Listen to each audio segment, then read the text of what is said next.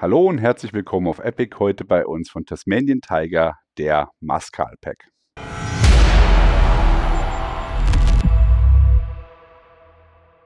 Tasmanian Tiger hat mit der Cobra zusammen den Mascal Pack entwickelt. Der Hintergrund setzt sich eigentlich schon aus dem Namen zusammen. Mascal steht für Mass Casualty, also hohe Anzahl an Verletzten im Falle einer Terrorlage oder irgendeiner Situation, wo halt auf einmal plötzlich viele Verletzte auftreten können. Gehen wir einmal kurz über die Spezifikationen des Rucksacks. Wir haben hier einmal 46 cm in der Höhe und 28 cm in der Breite. Der eigentliche Pack ist 10 cm tief und hat ein Leergewicht ohne die ganzen Zubehörteile von 820 Gramm. Nehme ich jetzt das komplette Zubehör mit dazu, also alles, was hier drüben noch liegt und die vorderen Taschen, bin ich bei 1,8 Kilo Gesamtgewicht. Die Idee hinter dem Rucksack ist, wie gesagt, eine schnelle Versorgung für Verwundete darzustellen, eben da, wo vielleicht auch noch keine Rettungskräfte hin können. Also als Beispiel Terrorlage in Österreich. Habt ihr auch mitbekommen, das war ja auch so ein Ding, dass da die Lage total unklar war und nur die Polizei oder die Spezialkräfte vor Ort waren und unterwegs waren und die Rettungskräfte erstmal natürlich aufgrund der nicht gesicherten Lage rein konnten. In so einem Fall wäre der Rucksack hier bei einem Sanitäter gut untergebracht und der kann dann wiederum als Force Multiplier dienen und den anderen Leuten, die auch Leute versorgen können oder Verletzte versorgen können, hier diese aufgesetzten Modultaschen geben. Das sind dann quasi IFAKs, die man hier mit diesen Zugpaneln einfach abreißen kann und dann kann man die so jemandem in die Hand drücken und die sind alle gleich aufgebaut, haben auch hier jetzt bei uns alle denselben Inhalt. Wir haben jetzt einfach mal reingepackt einen Tourniquet, einen SWAT-Tourniquet und eine Bandage, kann man natürlich variabel gestalten, das Ganze. Wenn ich mir die Tasche einmal leer anschaue, dann habe ich hier 2 elastische Bänder auf der einen Seite und auf der anderen Seite ein Meshfach, was hier nochmal mit einer Abdeckung ist. Die haben wir in dem Fall, haben wir sie jetzt hier mal nicht genutzt, die Abdeckung. Könnte man natürlich jetzt ja auch noch drüber machen, aber auch so hält zum Beispiel eine Bandage wunderbar in der Position. Von diesen Taschen sind 4 Stück auf dem Pack vorne angebracht, die mit diesen schnell lösbaren Sticks hier auch abnehmbar sind.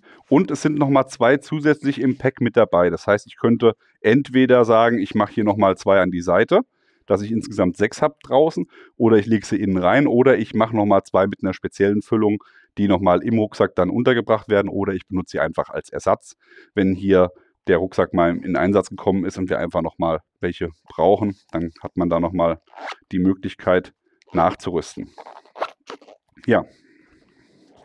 Weiterhin auf der Front unten ein großes Klettfeld, hier mit der Beschriftung ATM, das war ein Wunsch der Amerikaner, steht für Active Threat Medic. Hier nochmal das Medic-Kreuz, kann man natürlich auch einfach entfernen und mit dem Patch hier versehen. Das ist von der Cobra inspiriert, steht für Terror, Antifa, Geiseln und da der Antifa nicht geholfen wird, wurde aus A dann Amok. Also war jetzt nur ein Witz von mir, steht natürlich tatsächlich für Terror, Amok, Geisel. Dafür ist es gedacht und das ist dann quasi auch die Kennzeichnung für den Rucksack. Im oberen Bereich habe ich hier nochmal ein flaches Zipperfach,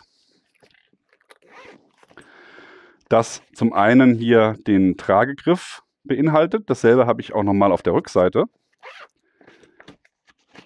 Das heißt, ich habe hier dann die Möglichkeit, den Rucksack so zum Beispiel zwischen die Sitze im Fahrzeug zu stellen oder wie auch immer einfach nochmal einen Tragegriff als Option. Weiterhin ist dieses Fach auf der Vorderseite, also hinten ist nur der Griff, aber auf der Vorderseite ist das hier wirklich auch ein richtiges Fach, was bis nach unten geht und das eignet sich zum Beispiel auch hier für ein Stiffneck oder für ähnlich lange große Gegenstände, die untergebracht werden müssen. Ansonsten ist die Front hier mit Lasercut-Molle versehen, das seht ihr ja schon. Das heißt, da wo die Taschen jetzt sitzen, hat man hier 2 Reihen Pals. Und dasselbe habe ich auch nochmal an den Seiten des Rucksacks, Lasercut, Palsschlaufen bis nach unten hin. Das heißt, auch hier habe ich die Möglichkeit nochmal anzubauen.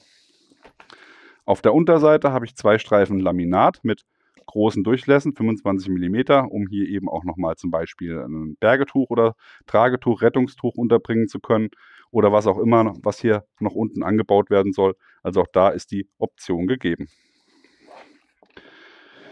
Gehen wir nochmal auf die Rückseite. Hier habt ihr einen Einschub mit Klett. Der beinhaltet die Trageriemen. Die sind ganz simpel gestaltet, also ist jetzt kein vollwertiger Trageriemen, wie man ihn kennt von einem Rucksack, sondern halt wirklich was, um es mal über den Plattenträger drüber zu schmeißen oder sonst irgendwie mal einfach gut tragen zu können. Und die unteren Enden sind natürlich unten verstaut. Wird mit einem Wujin-Buckel verschlossen. Dann habe ich hier die Möglichkeit, das Ganze eben als Rucksack zu tragen. Oder ich mache es hier auf der einen Seite fest und habe das Ganze dann als Slingbag. Das wäre natürlich auch möglich. Ganz unten findet sich auch nochmal ein Zipper und darin verstaut ist ein Signalpanel, das ich dann hier über die Front drüber spannen kann und hier oben fixieren kann. Und damit hätte ich dann eben auch die Möglichkeit, nochmal auf den Rucksack oder auf mich hinzuweisen. Ist auch nicht fest integriert, bedeutet, auch das kann ich herausnehmen und bei Bedarf irgendwo anders platzieren. Okay, dann gehen wir mal in den Pack rein. Der wird mit 2 umlaufenden YKK-Zippern bedient. Gucken wir uns erstmal die eine Seite an, dann die andere. Hier habe ich im oberen Bereich eine fest vernähte Handschuhtasche. Das heißt, hier sind die Handschuhe drin mit einer Spenderöffnung. Das heißt, hier kann ich dann immer mir die Handschuhe rausziehen, wie ich sie brauche. Darunter liegen verschiedene Schlaufen, jeweils große Schlaufen, in der Mitte nochmal kleinere Schlaufen, wo ich Verbandsmaterial unterbringen kann. Und unter dieser Tasche habe ich durchgängig über die ganze Strecke einen großen Zipper, der hier auch nochmal ein großes Fach bietet, wie zum Beispiel auch die Assault Medic Packs haben von TT. Hier könnte man auch nochmal ein Stiffneck unterbringen oder eben größere Gegenstände. Hier passen auch Bandagen wunderbar rein, weil in dieser großen Tasche auch nochmal Unterteilungen sind. Und zwar 4 an der Zahl. Ich habe jetzt hier nur 3 gepackt, einfach weil ich hier vom Platz her mit meinen dürftigen Medic-Mitteln, die wir hier da haben, das Ganze nicht ausfüllen konnte. Okay, kommen wir zur anderen Seite. Hier habe ich 2 herausnehmbare Taschen, ähnlich wie auch beim Survival Pack. Das hier wäre die Triage-Tasche, zumindest ist sie so hier beschriftet, kann man natürlich auch mit anderen Gegenständen nutzen. Darauf befindet sich eine Schere. Und hier haben wir mal jetzt ein paar Sachen reingepackt, die für eine Triage-Entscheidung vielleicht wichtig sein können. Das heißt Patientenkarten, dann nochmal Stifte, was zum Markieren. Hier ist auch nochmal normales Klebeband zum Markieren. Sprühfarbe auch nochmal als Idee und natürlich auch Knicklichter. Das wären alles Möglichkeiten, um eben im Falle einer Triage da den nachfolgenden Kräften die Patienten markieren zu können. Die Tasche darunter ist 32 x 25 x 8, also eine relativ große Tasche mit 180 Gramm und 10 Litern Volumen. Die ist hier beschriftet mit IWAC. Wir haben jetzt hier auch entsprechend mal ein Rettungstuch reingepackt und auch sonstige Gegenstände, die man zur Evakuierung nutzen kann, kann man natürlich auch anderweitig füllen, ganz nach eurem Belieben. Als Zubehör ist übrigens noch mit dabei hier 4 von diesen Klettstreifen. Die sind dafür gedacht, dass wenn ihr die Taschen anderweitig nutzen wollt, könnt ihr damit quasi den Hakenklett neutralisieren und somit die Tasche eben überall in anderen Taschen nutzen, ohne dass euch das Hakenklett alles aufscheuert. Oder aber ihr könnt natürlich dann andere Taschen nehmen, wie jetzt hier zum Beispiel die Triage-Tasche, die noch Hakenklett hat und die dann hier hinten dran machen. Dann hätte ich hier zum Beispiel dann so eine Doppeltasche, die ich irgendwo aufhängen könnte. Das wäre mit diesen Klettstreifen noch machbar. Wenn wir schon beim Zubehör sind, bleiben wir auch gleich hier. Dann haben wir das nämlich auch abgefrühstückt. Mit dabei natürlich nochmal hier andersfarbige Paracord, um die Zipperpuls ändern zu können, von Rot auf Grau oder auf Gelb, je nachdem, wie ihr das wollt. Und ein abnehmbarer Bauchgurt, also kein Hüftgurt für die Lastenübertragung, sondern einfach was, um den Pack nochmal unten fixieren zu können.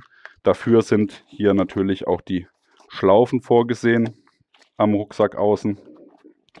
Die findet man hier im unteren Bereich. So, dann bleibt eigentlich nur noch die Seiten, oder es bleiben nur noch die Seiten übrig auf der einen Seite. Die sind ähnlich oder genauso aufgebaut wie bei den Assault Packs. Sehr praktisch unserer Meinung nach. Einfach nochmal schmale 25 mm Schlaufen, um hier eben schmälere Gegenstände super gut organisieren zu können. Das geht für Stifte, Knicklichter, Tuben, Augenlösungen, was auch immer. Also das alles lässt sich hier an diesen beiden Seiten nochmal wunderbar unterbringen. Und damit habe ich hier alles im Pack organisiert und kann im Zweifelsfall eben auch schnell agieren.